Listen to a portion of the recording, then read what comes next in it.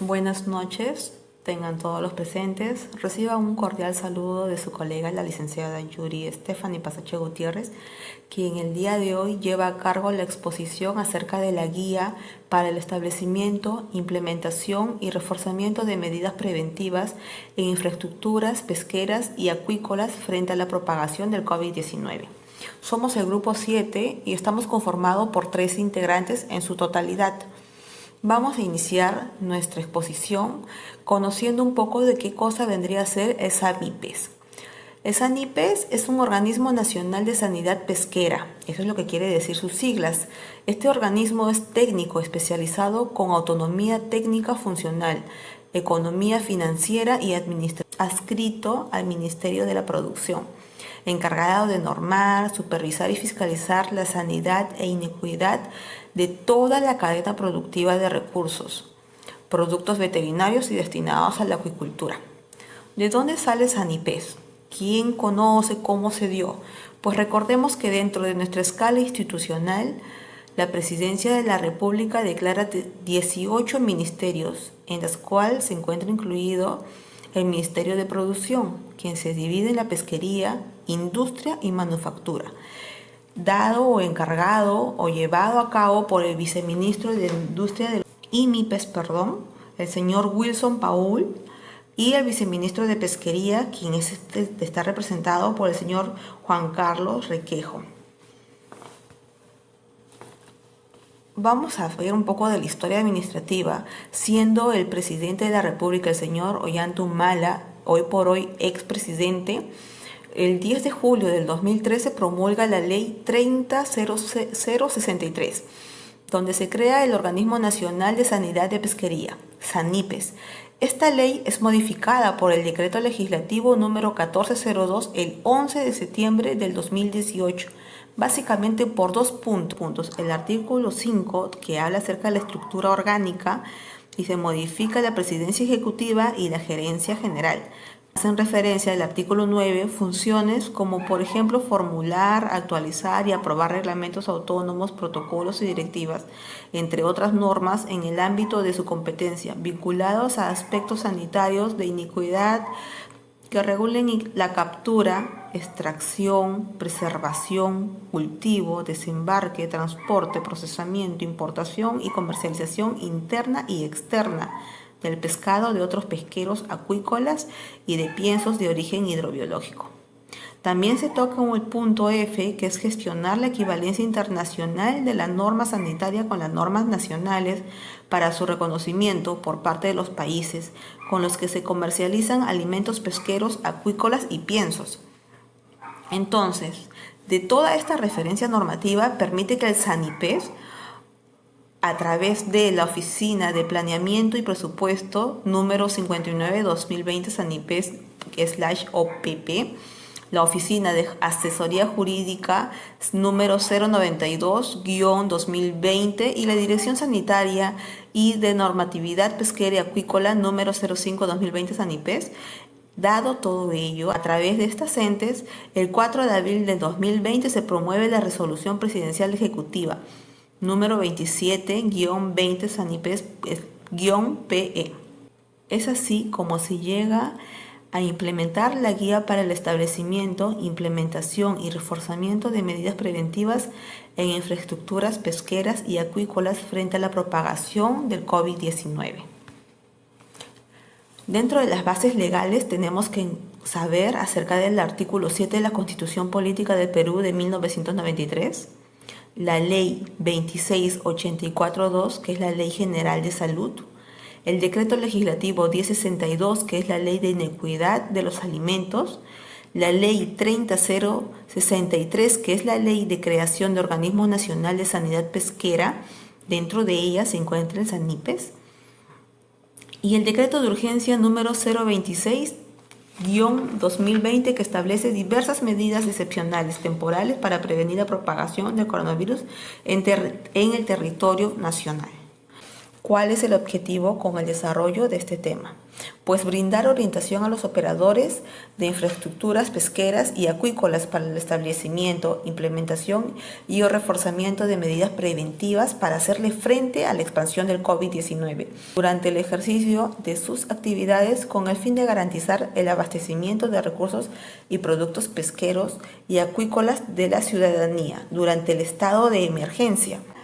Está dada para todos los operadores de infraestructuras pesqueras y acuícolas, sus trabajadores, los proveedores, los usuarios de la cadena productiva y logística, tales como la flota, la pesquera, centro de producción acuícola, desembarcaderos, plantas de procesamiento, entre otros.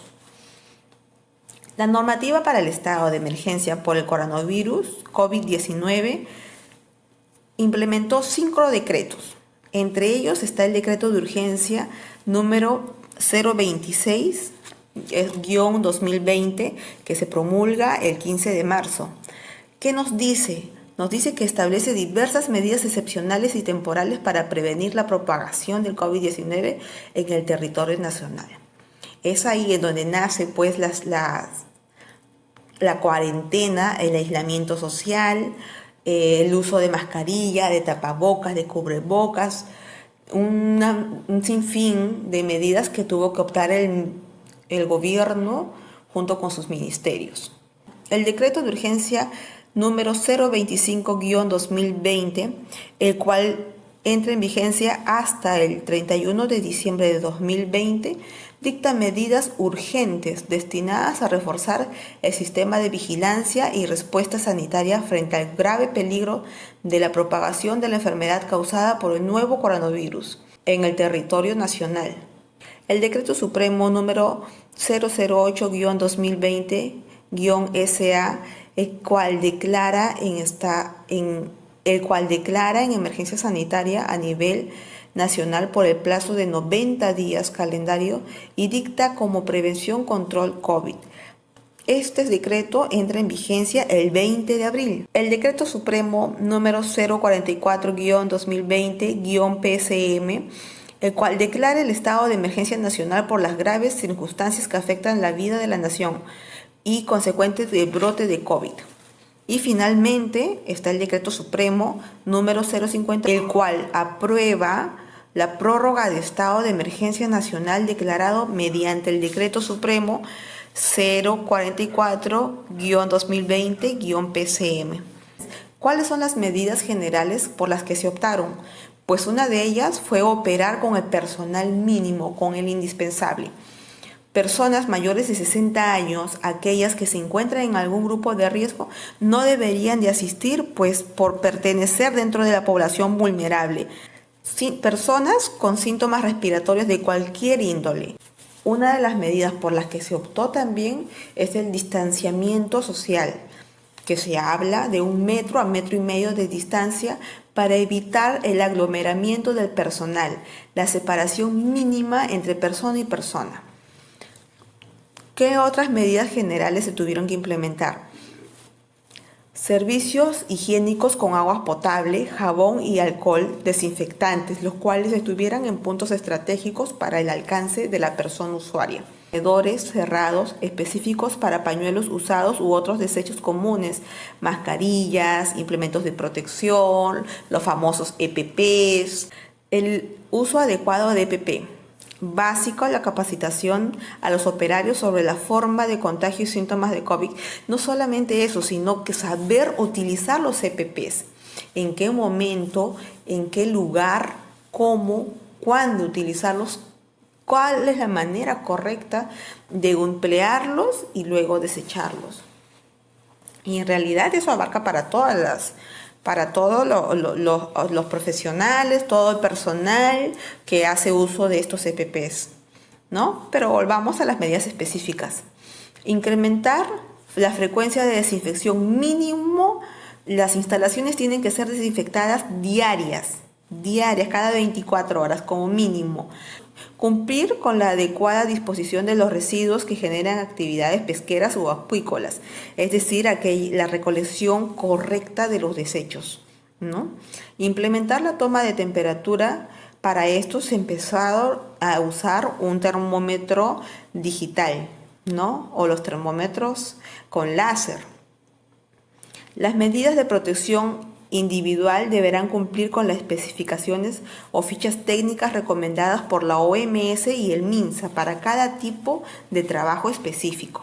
Si no se tiene un pañuelo o un papel, debe toser o estornudar sobre su brazo en un ángulo interno del codo. Si no se tiene pañuelo, papel, debe toser o estornudar sobre su brazo en el ángulo interno del codo con el propósito de no contaminar las manos.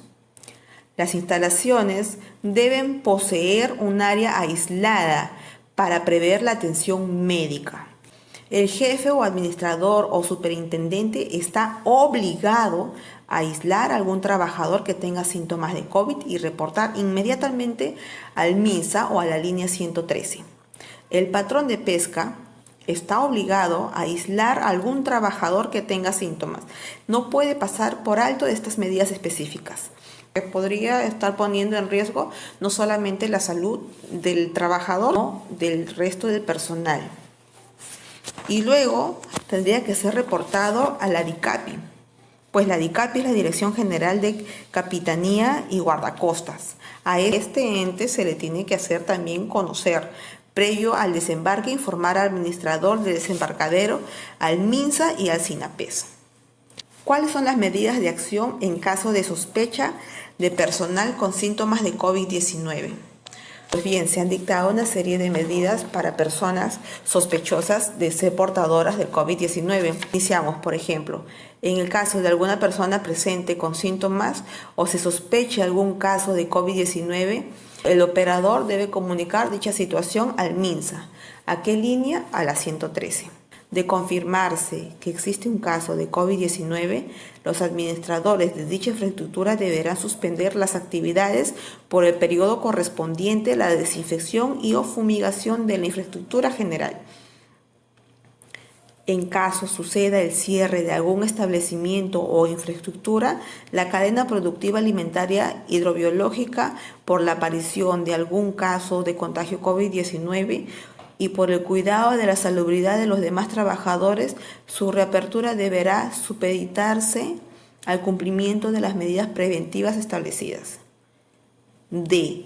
Las embarcaciones que hayan zarpado procedentes de alguna infraestructura pesquera en donde se ha detectado algún caso de COVID-19 deberá arribar al puerto más cercano, debiendo reportar al DICAPI la situación para luego buscar dónde arribar y deberá reportar de manera inmediata a la línea 113 también, a fin de dicha autoridad que su salud active protocolos de competencia.